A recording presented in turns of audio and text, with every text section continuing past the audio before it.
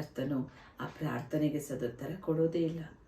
ಅದಕ್ಕೆ ಉತ್ತರ ಬರಬೇಕಂದ್ರೆ ಇಬ್ಬರ ಮನಸ್ಸು ಒಂದಾಗಿರಬೇಕು. ಒಂದು ಕುಟುಂಬವಾಗಿದ್ದೀರಾ, ಕುಟುಂಬದಲ್ಲಿರೋ ಎಲ್ಲರ ಮನಸ್ಸು ಒಂದಾಗಿರಲಿ. ಹಾಗೆ ತಂದೆ ತಾಯಿಗಳು ಅವರ ಮನಸ್ಸುಗಳು ಒಂದಾಗಿರಲಿ. ಗಂಡ ಹೆಂಡತಿಯಾಗಿ ಈ ಕುಟುಂಬವಾಗಿ ನಾವು ಕೂತು ಪ್ರಾರ್ಥಿಸ್ತೇವೆಂದರೆ ನಿಮ್ಮ ಮನಸ್ಸು ಒಂದಾಗಿದ್ದರೆ ಮಾತ್ರ ಆ ಪ್ರಾರ್ಥನೆಗೆ ದೇವರು ಸದುತ್ತರ ಕೊಡ್ತಾರೆ. ಸಹೋದರ ಸಹೋದರಿ ಎಲ್ಲ ಒಟ್ಟಾಗಿ ಸೇರಿ ನೀವು ಪ್ರಾರ್ಥಿಸ್ತಾ ಇದ್ದೀರಿ, ಆದರೆ ಒಬ್ಬೊಬ್ಬರ ಮನಸ್ಸು ಒಂದೊಂದಾಗಿದ್ದಾಗ ಕರ್ತನ ಆತ್ಮ ಅದಕ್ಕೆ ಸದುತ್ತರ ದಯಪಾಲಿಸೋದಿಲ್ಲ. ಎಲ್ಲರ ಮನಸ್ಸು ಒಂದಾಗಿರಬೇಕು.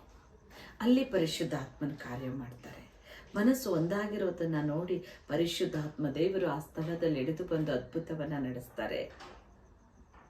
ಪರಿಶುದ್ಧಾತ್ಮ ದೇವರು ಕೂಡ ಆ ದಿನದಲ್ಲಿ ಅಪೊಸ್ತಲರ ಕೃತ್ಯ 2ನೇ ಅಧ್ಯಾಯ 17ನೇ ವಾಕ್ಯದಲ್ಲಿ ನೋಡ್ತೇವೆ. 1ನೇ ವಾಕ್ಯದಲ್ಲಿ ನಾವು ನೋಡ್ತೇವೆ. 2ನೇ ಅಧ್ಯಾಯ ಅಪೊಸ್ತಲರ ಕೃತ್ಯದಲ್ಲಿ